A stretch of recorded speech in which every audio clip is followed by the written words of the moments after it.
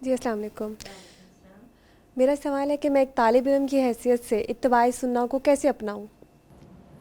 بہت اچھا سوال ہے. طالب علم کو اتباع سنہ کیسے اپنانی چاہیے، اور میں چاہوں گی کہ اس کا جواب آپ دیجئے شہلا، کہ آپ نے ماشاءاللہ سکولز میں، کالجز میں، یونیورسٹیز میں پڑھایا ہے.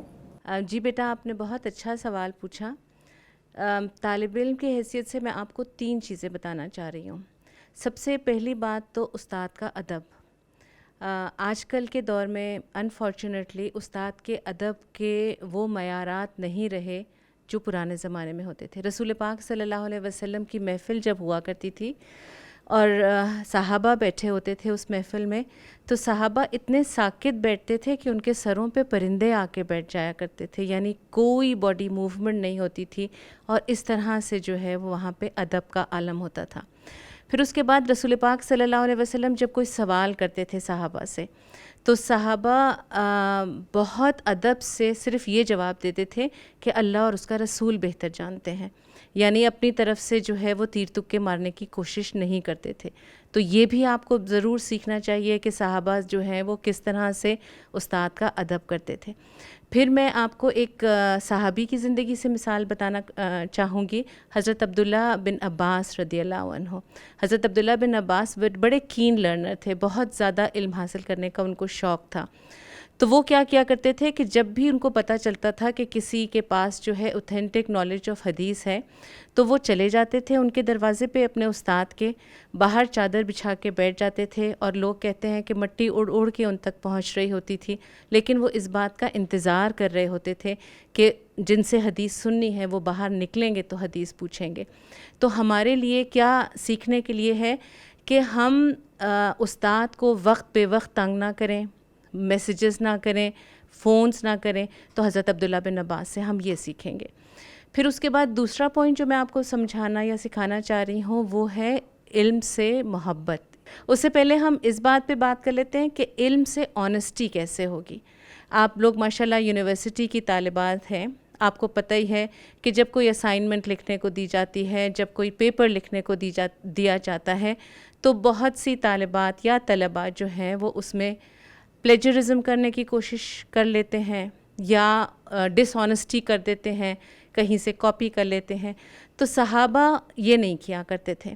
صحابہ کے بارے میں پتہ چلتا ہے کہ جب ان کو یہ پتہ چلتا تھا کہ کوئی ایک صاحب جو ہیں وہ حدیث جانتے ہیں، تو میلوں کا سفر طے کرتے تھے.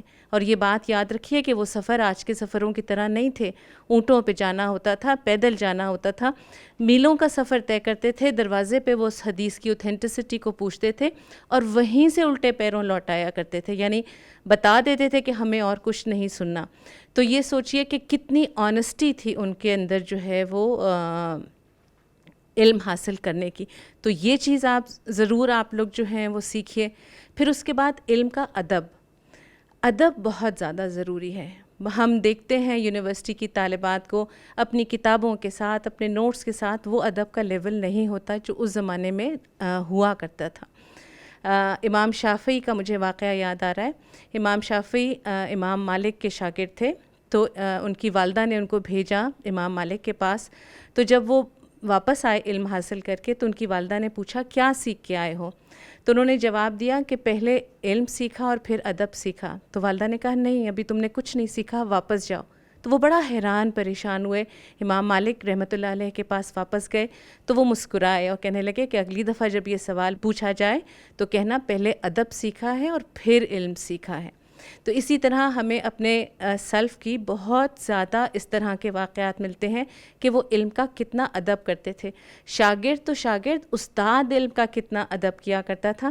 آپ کو میں بتاؤں کہ امام مالک رحمۃ اللہ علیہ ایک دفعہ حدیث کی محفل میں بیٹھے ہوئے تھے اور اسٹوڈنٹس نے یہ نوٹ کیا کہ ان کے چہرے پہ ایک رنگ آ رہا ہے اور ایک جا رہا ہے.